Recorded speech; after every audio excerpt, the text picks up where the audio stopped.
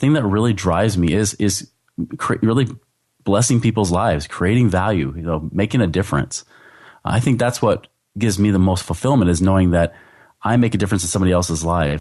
This is The Entrepreneur Way with Neil Ball. Unlocking the secrets of successful entrepreneurs 7 days a week. Subscribe to our podcast and follow us on Twitter at Neil D. Ball. Napoleon Hill said the power of the mastermind is the driving force. To discover how you can unlock the potential in your business using the power of a mastermind, go to mastermindunlimited.com. And now, here is your host, Neil Ball. Hello everybody, it's Neil Ball here. Thank you so much for joining me today on The Entrepreneur Way. The Entrepreneur Way is about the entrepreneur's journey, the vision, the mindset, the commitment, the sacrifice, failures and successes. I'm so excited to bring you our special guest today, Chris Miles. But before I introduce you to him, I've got a little quote for you. Brian Greene said, "The boldness of asking deep questions may require unforeseen flexibility in how we accept the answers." The Entrepreneur Way asks the questions so we all get the insight, inspiration and ideas to help us in our businesses. Chris, welcome to the show. Are you ready to share your version of the Entrepreneur Way with us? I can't wait to make it happen. Let's do it, Neil. Okay. Chris Miles is the cash flow expert and the financial advocate of the entrepreneur. He is a leading authority teaching entrepreneurs and their spouses how to quickly free up and create cash flow today, spending time doing what they love most. He's an author and radio host that's been featured in US News, CNN Money and EOFire. Also, with his company, Money Ripples, he has got his clients fast, life-altering financial results. Chris, can you provide us with some more insight into your business and your personal life to allow us to get to know more about you and who you are? You bet. Sure. Well, yeah, let me tell you a little bit about my personal life first. Okay. I grew up near Portland, Oregon, so on the West Coast, and then moved to Utah later on. I actually got married here and now have about 6 kids. Wow. So all 11 and under.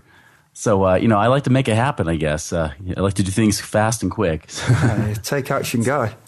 That's right. I don't want to hold off on that one. So in any case, yeah. So I've been out here in Utah now for the last 16 years, and really I got my start as an entrepreneur out here. I actually went to college in hopes to become a business consultant, but I figured if I was going to do that, I should have my own business. And so I thought, okay, well, what should I do? What kind of business should I have? And I actually dropped out of school to do it. And the business that came up first was becoming a financial advisor. And I actually enjoyed it. So I did that for 4 years, but I quickly realized that it really doesn't work. Like, it doesn't help clients get the kind of lives that they were always promised. It was very overpromise and underdeliver. So as a result, I said, all right, fine. Then, what should I be doing? And I started to really connect and become friends with millionaires. And I realized they didn't just think differently, but they thought the exact opposite of how I was teaching people how to create wealth, right? And so in 2006, I quit being a financial advisor. I said, I can't teach this stuff because it doesn't work anymore. So I'm leaving that field. I'll never teach about money again. And then all of a sudden, about July of 2006, as I was being coached and mentored by these guys, July of 2006, I was able to retire with just $2,000 in my checking account.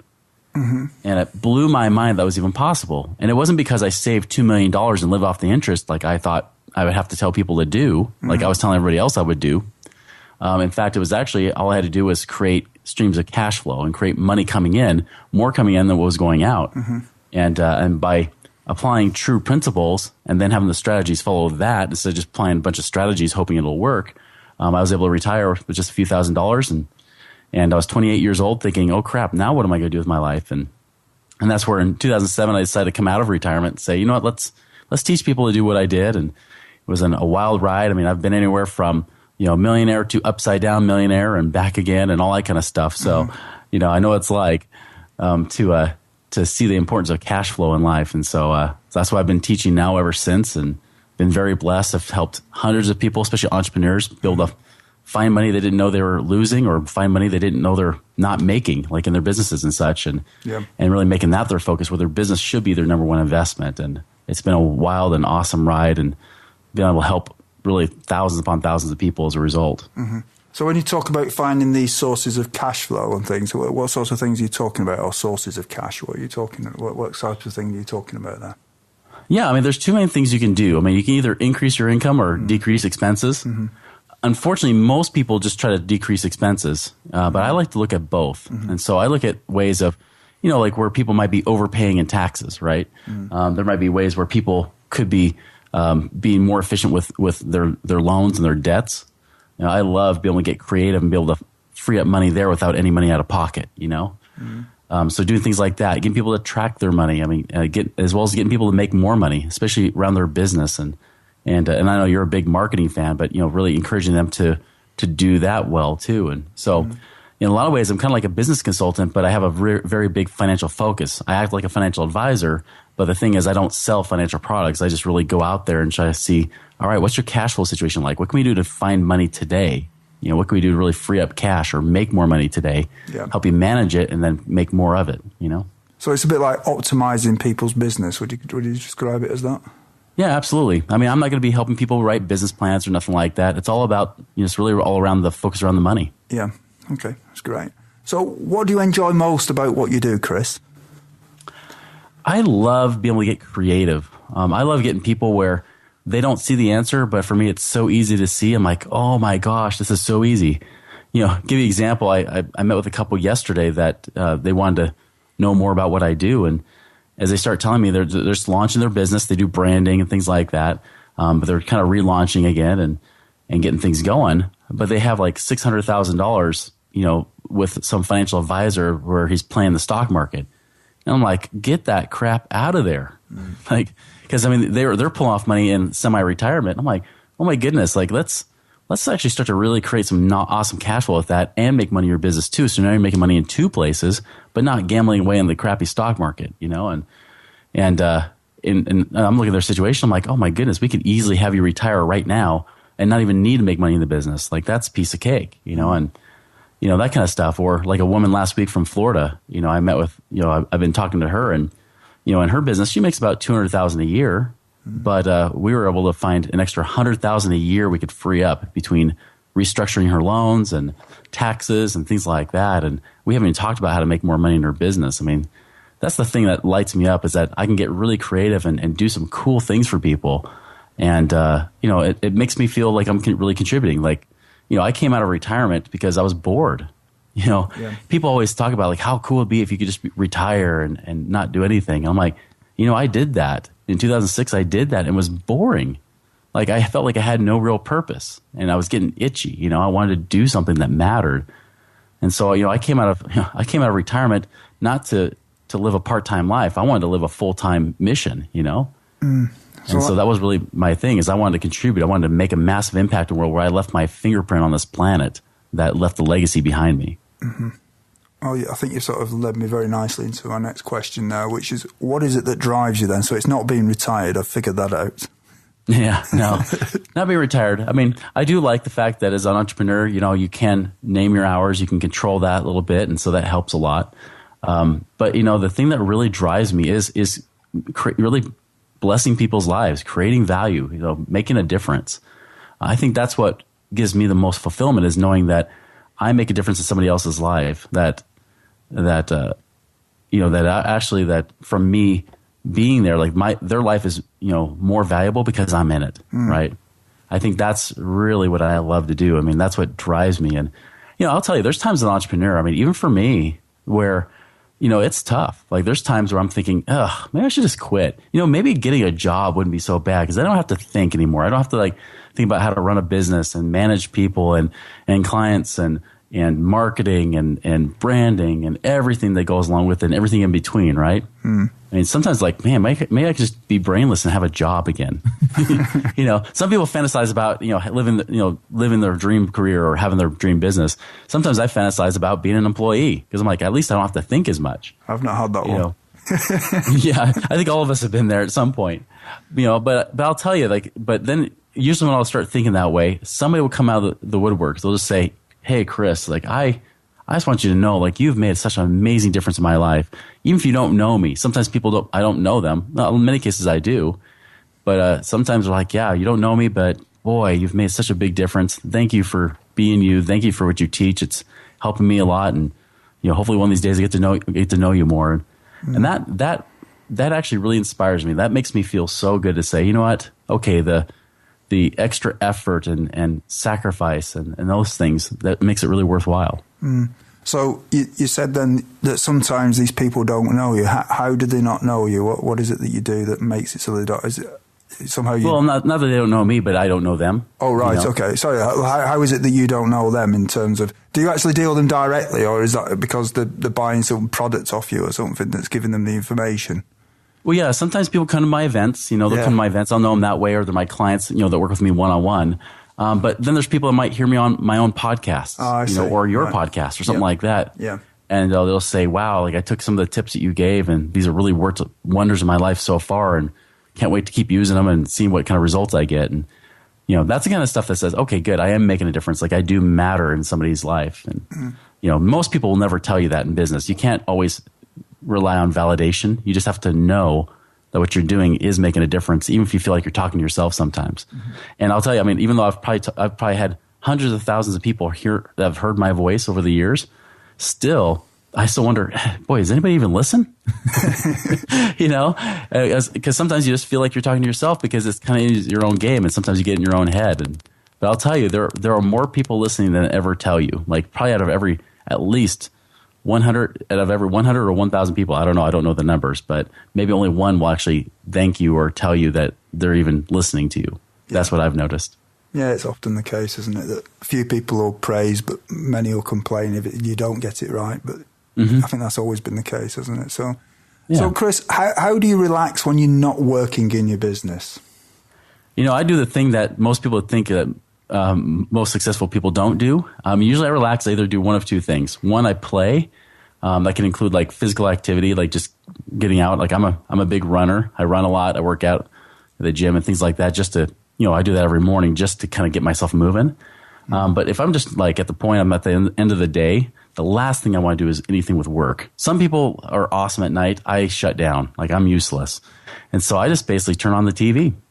So sometimes it's inspirational. Sometimes it's like a documentary or inspirational movie. Other times it's just something as simply as watching, some TV sitcom, just to be brainless and just unplug and let my mind unwind and that kind of thing, So I love movies. I love, TV shows. I'm not watching it all day long, but I'm a big fan of them. Oh, great. And do you have any entrepreneurial role models? I do. There's a few. That's the hard part. I'm sure you can understand this, Neil. You read books and you become a fan of a lot of people, right? Yeah. Some of my favorites, Walt Disney would be one. Yeah. I've always had a connection with Walt Disney. Then I took a Myers-Briggs test, realized we're the same personality, and that's why. So Walt Disney has always fascinated me. Yeah. Napoleon Hill, I always think it's fascinating about him, not just about the work he did and the studies he did, but his own life. He's amazing.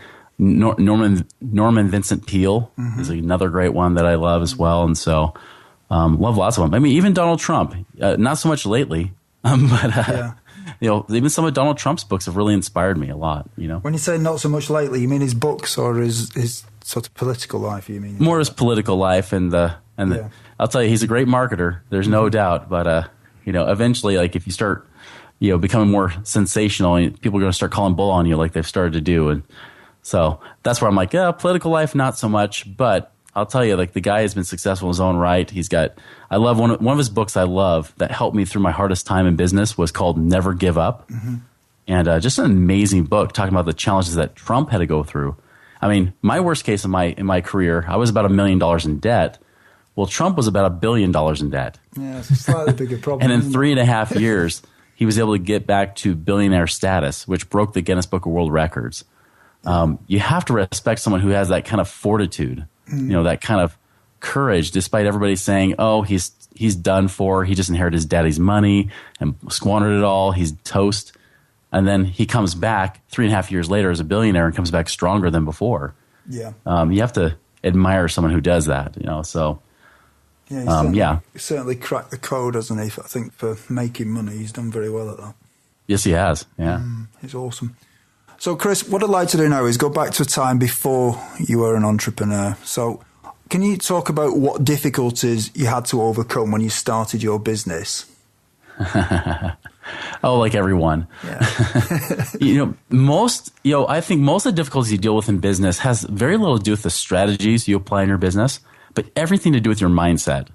Because it's funny because people will take business classes, and the thing is, business classes, they have their use, but boy, they are sure like the 5% of business. Yeah. I've realized, and I'm sure you know this too, Neil, just from experience, that 95% minimum is all to do with your mindset and how you see yourself, how you see business, how you see other people. Yeah. The way you see things will determine whether you're successful or not in business. Mm-hmm. I'll give you an example. I started out as a financial advisor. I did that for 4 years. Man, I worked dang hard at that. And it was funny because I worked hard and I really didn't get a lot of pay. Now, part of that was because in my mind, when I had a full-time job, I was making $11.69 an hour, meaning I would only make at most, about $20,000 a year, right? Yep. I mean, very small beans. But when you're post-college or even during college, you're like, oh, that's not so bad, but it's not so great either.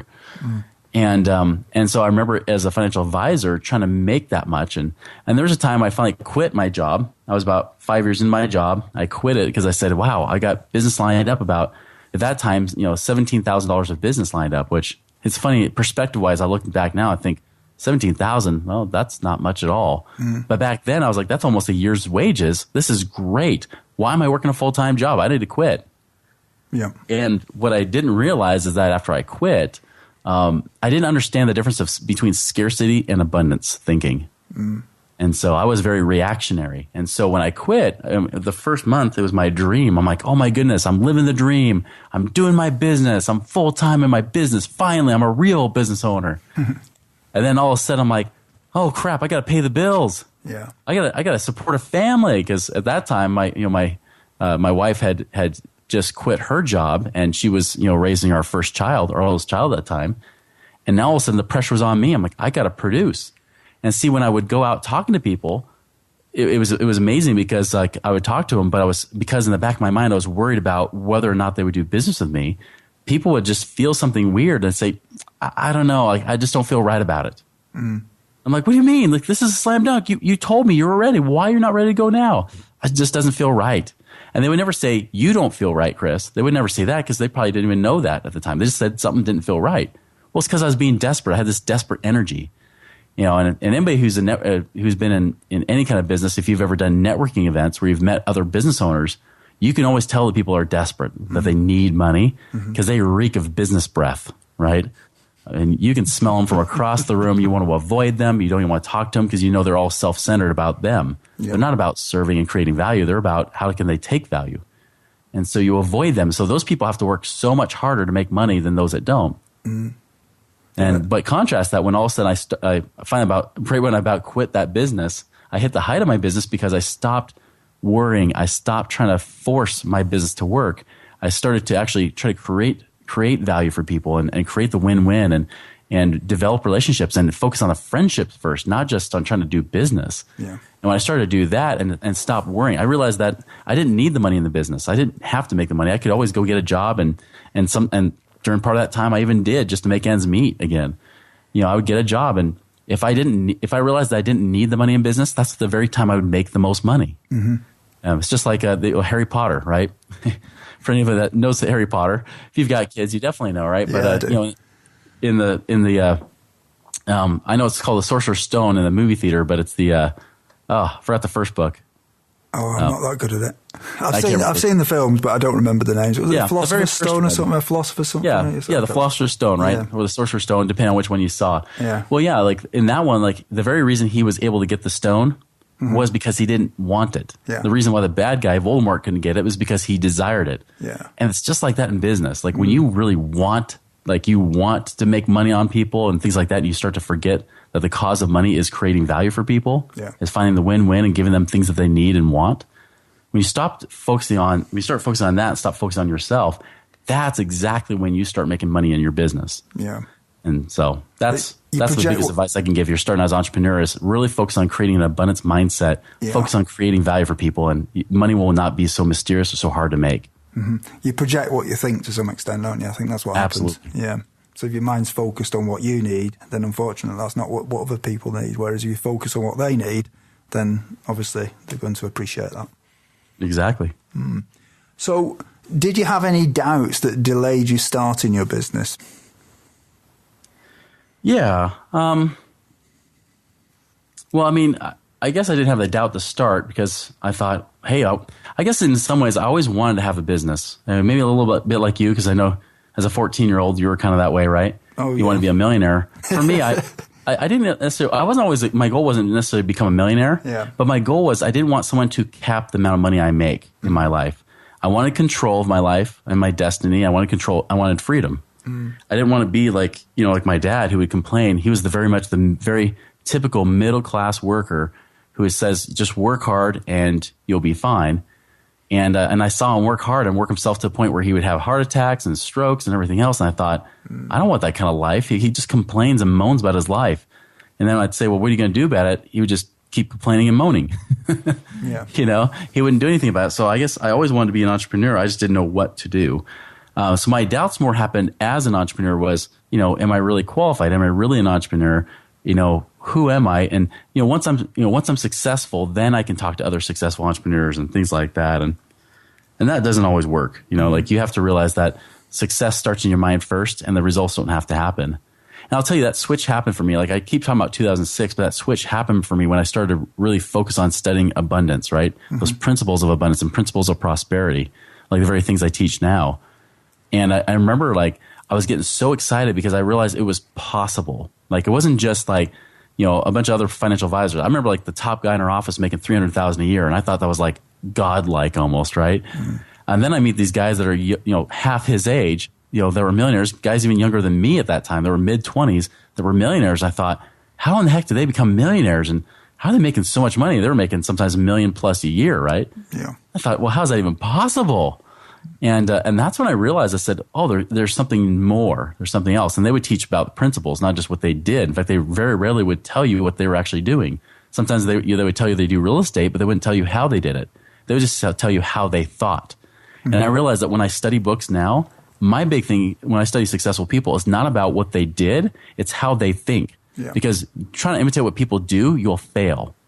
But if you imitate how they think or how they are, their energy and how they operate, that way, you'll realize that that's the real seed, the secret. Right? That's the seed that's beneath the surface that needs to grow, not the fruit on the tree that you're just trying to pick.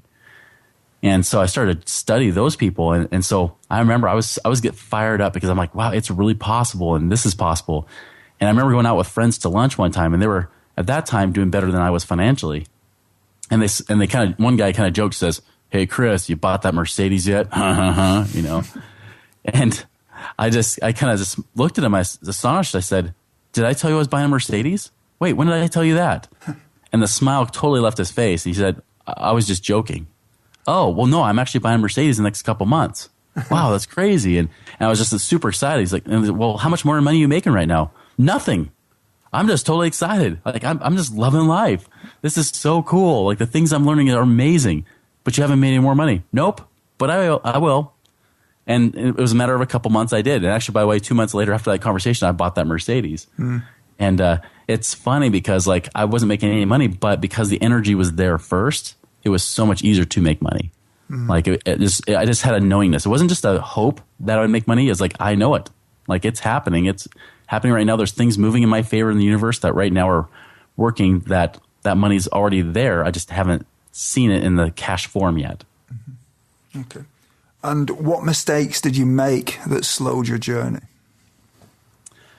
I think the one I said, that some of the biggest mistakes that I've learned along the way, not even just after even after this time, is scarcity kills. Scarcity takes money out of your pocket while abundance puts it back in. And I remember during my worst financial time, I was I couldn't figure out what I was doing. I was always so used to things working out in my favor that all of a sudden now it wasn't working out. And I thought, wow, well, am I any good? And And I'll tell you, I used to use the stuff like the Mercedes and big houses and things like that. I used to put those in front of me to show people my value. But it's interesting when you don't have those things anymore, when you have to sell everything off, right? All of a sudden you realize, well, what's left? Well, it's yourself. And if you realize that you have your own divine genius, that you are the brilliance, you are the source of money. It's not about what you sell. It's not about your business or anything else. It's about you at the core, that you're the one that creates money.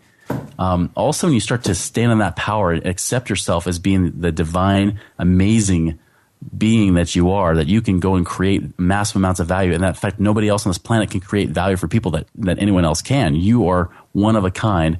You are someone that can actually help a lot of people and therefore, as a result, make a lot of money. Mm-hmm. You know, that's when you start to stand in that power and accept it. It becomes a lot easier to make money. And that was really the secret for me of pulling out of that is I had to, one, control my mind. I had to wake up every morning, even if I had no clue how I was going to pay the bills, because I was short $16,000 each month in the beginning of that process. So, I mean, I was in a very bad position, plus $1 million in debt. I had to figure out how to battle back with no money, no savings, no credit, nothing. I had to create from seemingly thin air. And the way I did that is I had to overcome my own mental state. I had to overcome my own doubts about myself and my ability and am I any good? And even the closest people to me, I mean, even my own spouse was constantly telling me hey, maybe you're just not cut for business. Maybe you should just go get a job. And this is after I had already retired, right? Mm-hmm. You know, and then came out of retirement and then all of a sudden I got affected by the Great Recession with a lot of the investments I did. Yeah. So all those kind of things like that kind of stuff, you have to really know truly in your heart that you are a genius at what you do, whatever that is, I mean, whoever you are. Yeah. And accept that and then try to deliver value in a way for people that no one else can. Mm-hmm. And that's really what got me out. In fact, that's where the cash flow stuff came because it's funny that during the hardest times, that's when the best things can come about because it was because I had to get creative with my own cash flow situation, had to battle back out of that I started helping people with their cash flow situation because I've never met with a client that was worse off financially than I was. Mm-hmm. Yeah. You know, I never met with somebody who was in the hole $16,000 a month. Mm-hmm. I remember meeting with somebody who was $3,000 in the hole a month. They thought they were going to have to go bankrupt. And I said, hey, $3,000 in a month in the hole is not that bad, man. You've got hope. You know, I'm like one of the few guys in the financial world that doesn't come from a place of judgment. I'm like, oh, you guys haven't been as bad off as me. Like this is a great situation to be in. Like, yeah, you've got some headwind to overcome and your mindset, but this is not so bad. Mm-hmm. And so when it's interesting that my pain became everybody else's gain as a result. And so I think the hardships that we have in business and in life are the very things that are proving us and testing us to become the kind of person we need to become, especially if we have big goals and big dreams. Yeah. Hey, don't be surprised if you get a big, massive headwind. And don't be afraid of it either because that headwind is exactly what creates the strength within yourself to make that happen. It's not about getting lucky or having the right thing fall in your lap. A lot of times it's just about testing yourself and trying yourself to the point where you become the kind of person that can manage and be the right steward over that kind of wealth and that kind of success. Yeah. So when you were $16,000 short every month, how did you keep your mind focused on the upside of getting out of this rather than focusing on what would go wrong if you carried on down that course? Because obviously it's very easy for your mind, keeping your mind focused on where you want to go.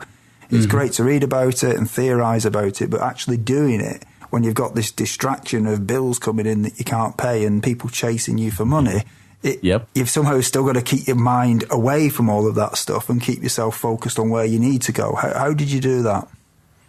So two things primarily. One is I did what Tony Robbins calls the hour of power. Mm-hmm. And it doesn't have to be an actual hour. That's just what he called it because it rhymed, I think. But it's definitely kind of a morning power ritual that you do. I focus on three areas: physical, mental, and spiritual. Yeah. And so when I would get up in the morning, because I mean, there's times I'd wake up feeling hopeless, right? Mm-hmm. So I would wake up in the morning and I'd say, ugh, what am I going to do? The first thing I would do is forget about that and just get out and run, work out, walk, whatever it took. Yeah. So I would get out and move. And a lot of times I do a prayer of gratitude while I was out doing that kind of stuff. So I'd have a prayer of gratitude and be working on that and be grateful. And I remember Donald Trump, in his book, Never Give Up, he said, even if there was 20 things going wrong, he'd find the one positive and focus on that. Yeah. And so that's why I would do that first thing in the morning is, well, what is going well? I can breathe. okay, that's about all I got today. Like that's okay, let's focus on that. Yeah. Those kind of things. So I would do the physical. I would do like prayer of gratitude. I would even do a little bit of meditation and things like that. I would read from like Christian scriptures and things of that nature. Listen to good books or read good books. I mean, anything possible to get my mind in a different state, in a state that would fire me up. And even if I had to come back to reality, still I would work on trying to focus on those positive things. And that's really the second thing is, focus on what I had. Like stop focusing on the problems because you can't stop that. And the thing is you can't avoid them either because for a while I'd avoid all those collection calls because I would get multiple collection calls a day, multiple. I mean, you can imagine when you're $1 million in debt and you're not paying your bills, yeah, you're going to get a few phone calls. Yeah. Eventually I started turning that around in my mind. Instead of thinking of them as, I don't have the money and they're just going to hound me and there's that guy that's going to say I'm the reason why the economy is going to, heck in a handbasket and, all that kind of stuff that just ticked me off and got me really emotional and feeling depressed. And there was days I definitely felt very depressed. But I would actually try to turn it around. And so I remember the collection calls, I'd start calling them I love you calls. And I'd say, boy, it's so cool that they love me so much that they'll actually, they're calling me like they want to know how I'm doing.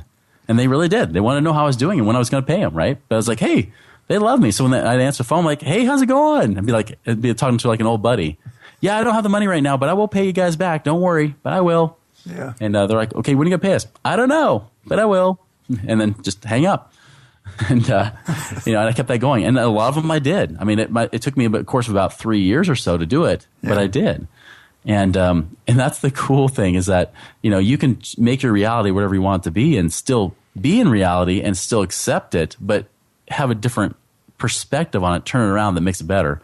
Oh, and by the way, I'll tell you, big key here. One thing I learned that I learned better whenever I've hit hardships to not do is that when you're experiencing hardships and you feel like you're in scarcity, it's very easy to want to go recluse and not be around people because you almost feel like you have a disease and you don't want to spread it. Yeah. The worst thing you could do is that. The thing is that dollars follow value you create for other people. Get with relationships. Get with other people. I mean, don't be afraid of even being a little bit open with some of your closest friends. Not everybody, but at least being open with them. And don't be afraid of being around people even when you're struggling. Because trust me, it's much, much worse sitting there by yourself letting your mind take over. Yeah. And so the best thing you can do is be around people. See how you can serve people. Even though you don't know how you're going to make money from it, do it anyways. Because you'll never know what kind of things will happen and what kind of relationships you create. When you create friendships first, people will want to support you and help you. And so, focus on those relationships, focus on the positive, and do that power hour each day. And you do those things like even when you're struggling and even when you're successful, those are the things you need to do consistently. Yeah, that's a great answer to that, Chris. In fact, you made me think of something I heard Brian Tracy say once when he talked about how billionaires deal with just the concept of running obviously a huge company.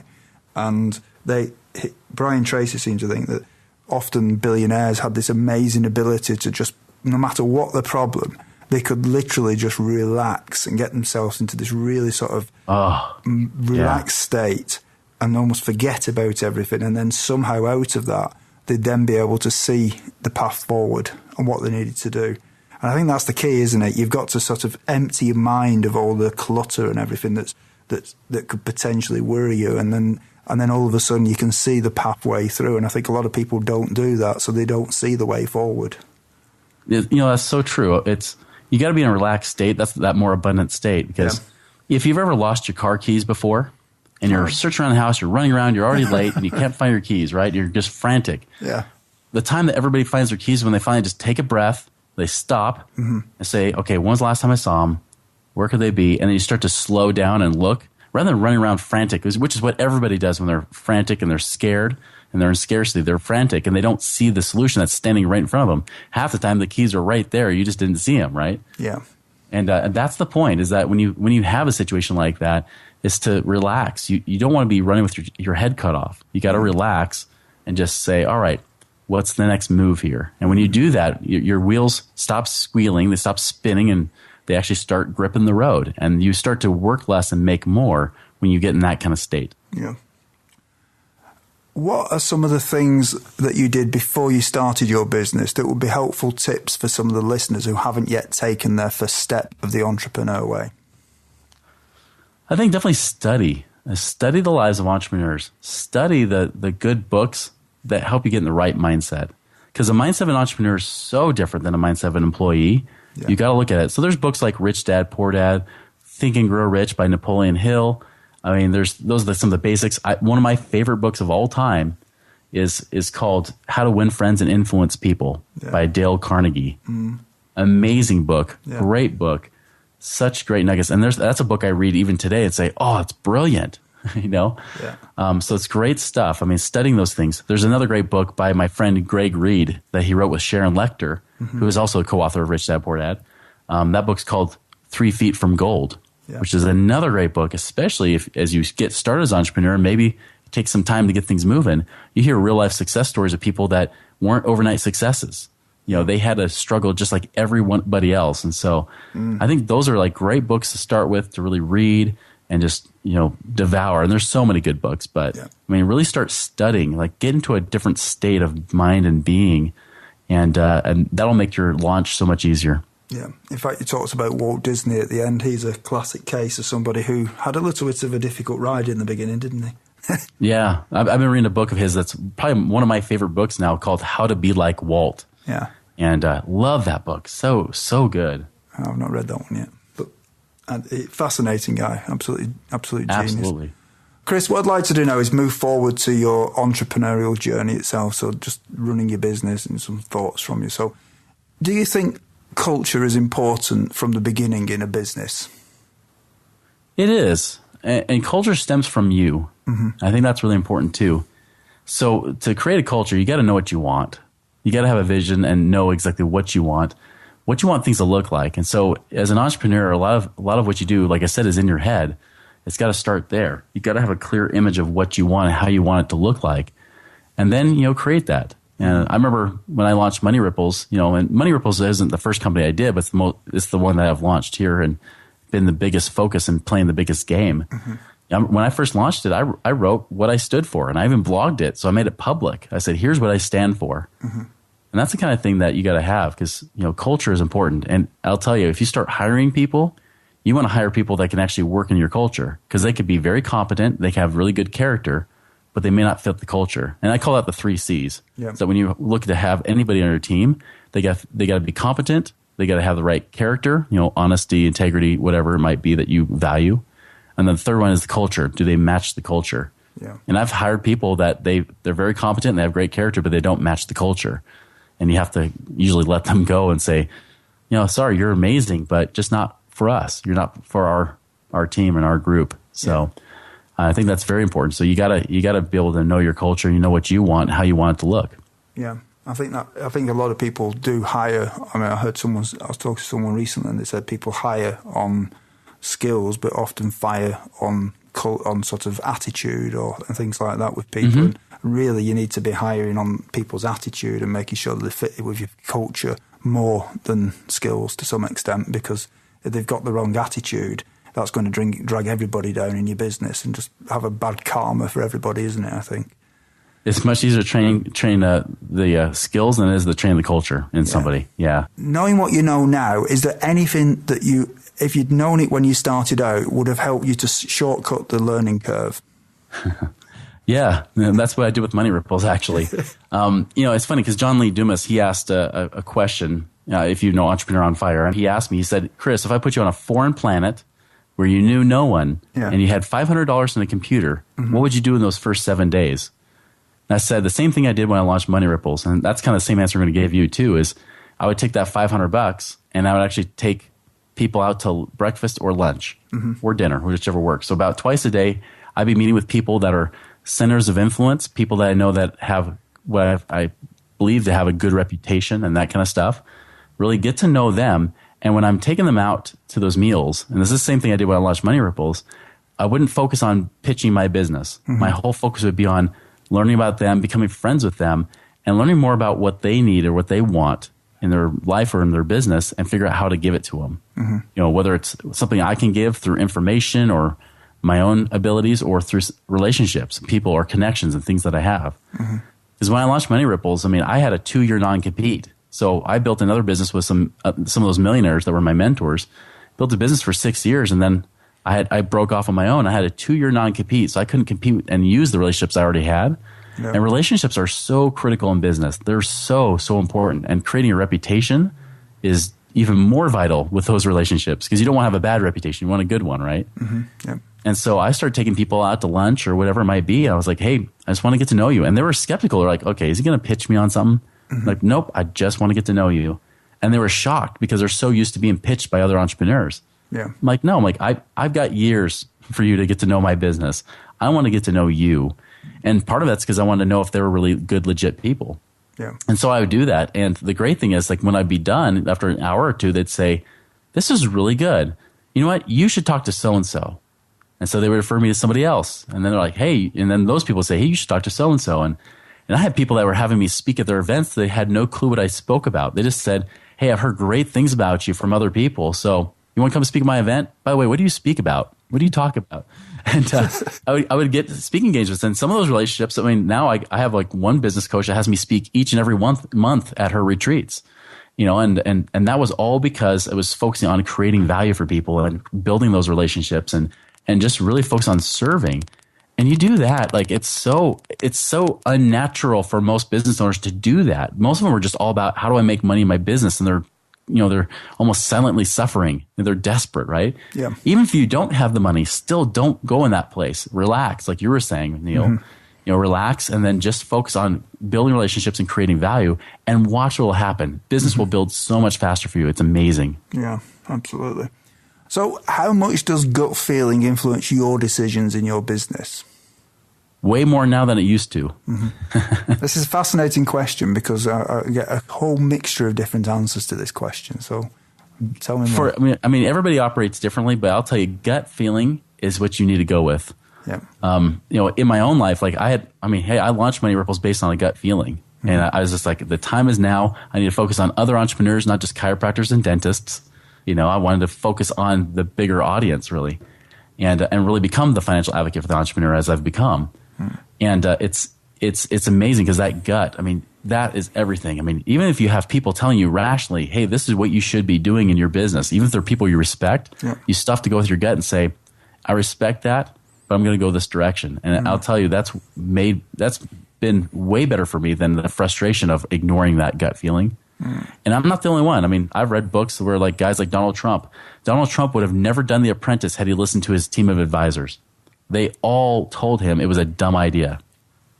But his gut told him, he's like, no, I need to do The Apprentice. Like, I feel good about this. Sorry, guys, I'm doing it. Yeah. And look what kind of brand he created just because of that TV show. Yeah.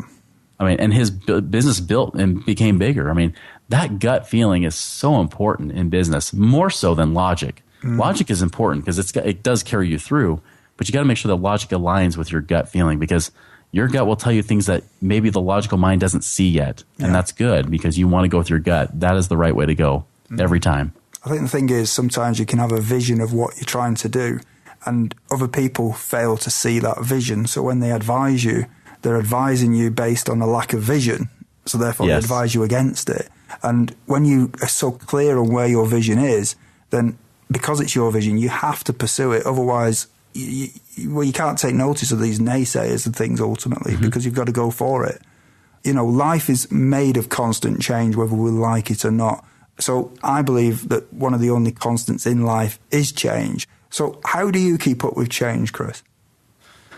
You know, I think what we just talked about was going with your gut. Whenever I've gone with my intuition, I've a lot of times been ahead of the curve.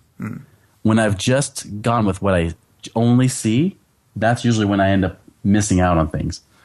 So I think the important thing is really like you watch, you're listening to your intuition, you're being aware, and also listening to people. The best way to stay ahead of change as well is listen to what people want.